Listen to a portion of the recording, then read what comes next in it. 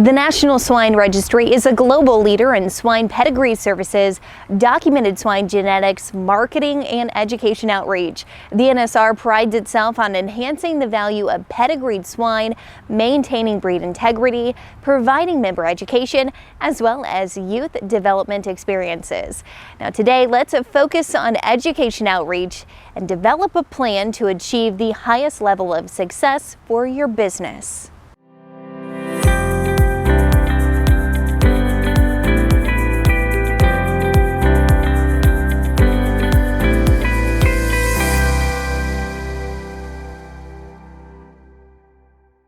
Genetics plus health and biosecurity plus management plus nutrition plus environment, it all equals maximum success. You can access video 2 in our series to learn how to use the Stages program for genetic success and video 4 to learn about health and biosecurity. Now today we are going to focus on other areas that will contribute to your success. Any production system starts on your site location and also facilities. If you are building from the ground up, ABG members can assist with selecting an optimal site from the biosecurity standpoint and a facility design based on your system's needs. Our last video focused on health and biosecurity, and if you haven't yet, go back and watch it for more detailed information. If you have an existing facility, recommendations can be made or modifications suggested to maximize the throughput of your system. ABG members will use experiences learned through decades of swine production in the United States to assist you with determining the facilities that are right for you. Now, some of the questions you may need to ask are ventilation. Are you going to install natural ventilation, tunnel ventilation, vertical ventilation, or cool cells and misters? Of course, geographical location and climate play a factor in each of these decisions. Now remember, pigs don't sweat to regulate their body temperature, so airflow is critical to their comfort and performance. If you are uncomfortable in the facility, the pigs likely are too. So keep that in mind. So will your gestation barn have stalls or pens, or will you manually feed or use electronic sow feeders? And have you thought about space for gilt development and introduction to the herd? If not, maybe that's an option. Properly managing gilts at entry into the herd is one of the most crucial steps in determining her lifetime performance and longevity. Now, in the farrowing barn, you have to decide a couple of things. Will you utilize stalls, free stalls, or turnaround stalls, or maybe even pens? Now remember, safety and comfort of the sow and piglets is important to reduce pre-weaning mortality and also maximize throughput through your facilities. So careful consideration of these options and the differences between them must be the top of mind in your facility design. If your farm will be farrow to finish, will your barns be set up with small pens or large pens? And will you install an auto sort system to assist with marketing your finished pigs? Now remember, if this is a genetic farm, performance testing capabilities need to be considered as well, so keep that in mind. And there needs to be space to performance test animals, from extra space for electronic feeders to a simple space to weigh and ultrasound off-tested individuals. Enough space should be built into the system to allow proper phenotypical appraisal of selection candidates as well. Each of these facility details comes with its own list of advantages and also disadvantages. Let an ABG member take some of the guesswork out of your facility design. They've seen it all and they know what works and also know what doesn't work as well. And now that we have your facility designed, built, and populated with ABG genetics, let's dive into management needed to ensure your animals reach their full genetic potential. Now, we won't go into detail about each stage of production, but we'll discuss the high-level aspects of production NSR and ABG members can assist with on your farm. Each of our members has their own personalized set of standard operating procedures they have crafted from decades of experience that they know work for them. We utilize our Guild Developer Unit, our GDU, as an isolation and acclimation for our incoming females to our main sow farm, commercial sow farm, as well as we feed out pigs that will go on to butcher as well, which is very minimal. The gilts are selected from landrace females at the main farm that are mated to Yorkshire sires.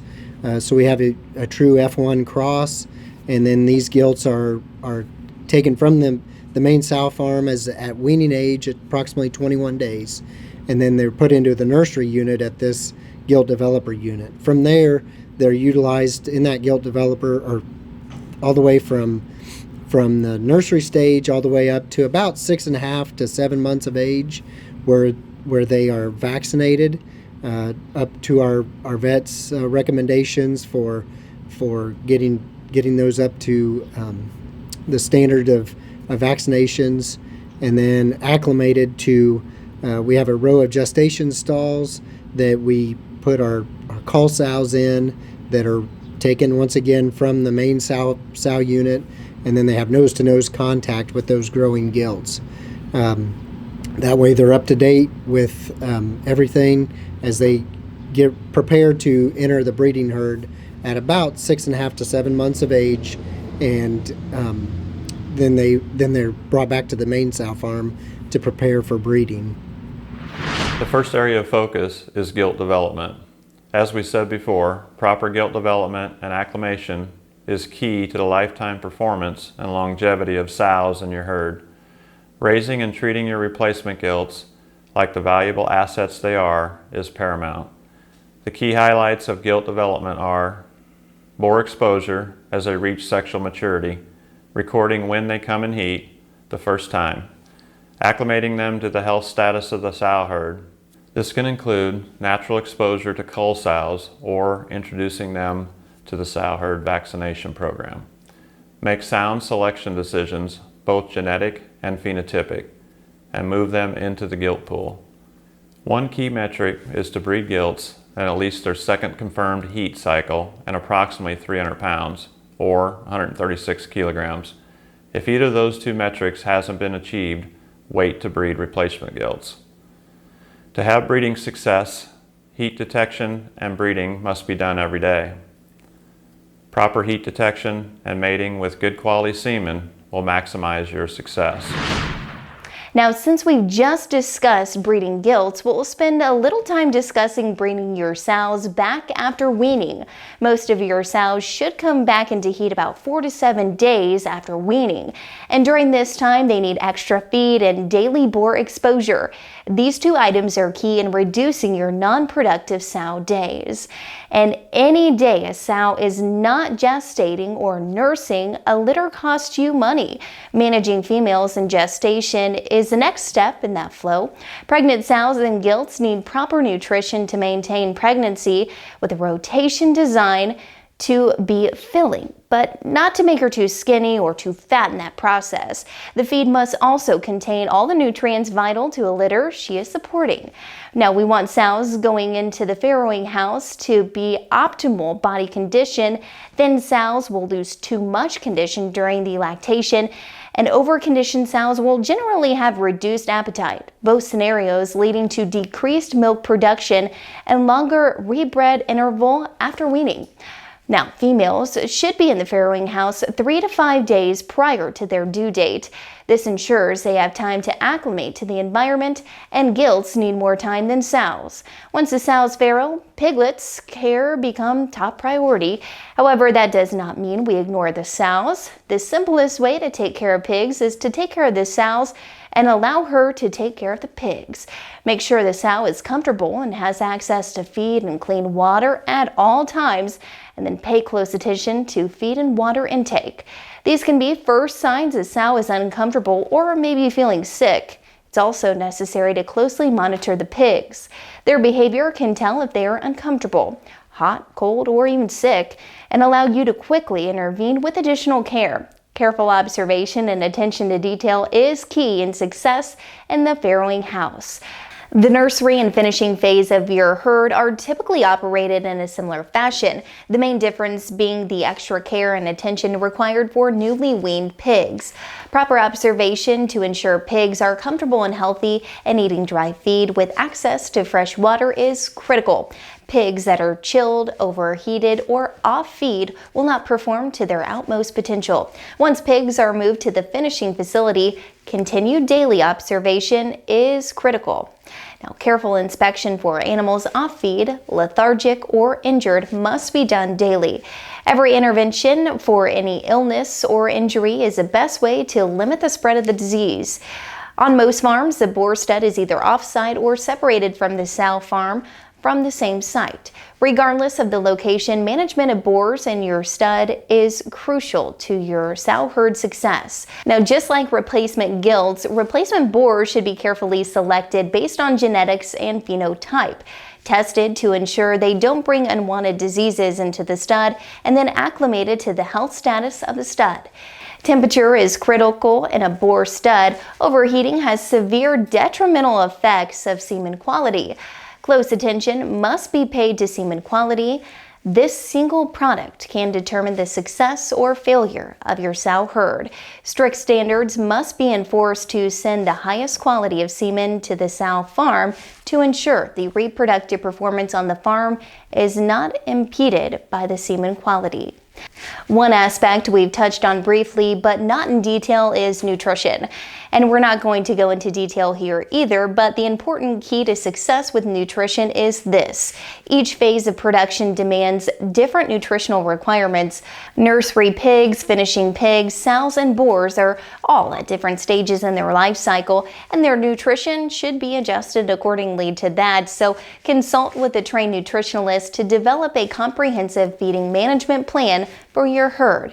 And regardless of your ingredient base, a nutritionalist can develop the right approach to feeding your herd that will maximize productivity throughout the profit potential. Now, to close out this video, we want to re-emphasize the point made in most phases of production. Careful observation and attention to detail daily is most critical key to your on-farm success. No facilities, genetics, or nutrition can take the place of consistent observation and daily record keeping with regards to feed and water intake, temperature, herd health, and general comfort level of pigs. Now, most of the time, observations won't tell the whole story, but the difference in observations from day to day can help prevent issues and allow for early intervention for problems that may arise. Now, we appreciate your attention and know we have only uncovered a pretty small portion of the details needed to successfully manage your herd. If you still have educational questions, please feel free to reach out to the National Swine Registry for more information. And you can reach out at www.nationalswine.com or contact an America's Best Genetics breeder today with questions on how we, the world leader in pedigree swine, can help advance your herd.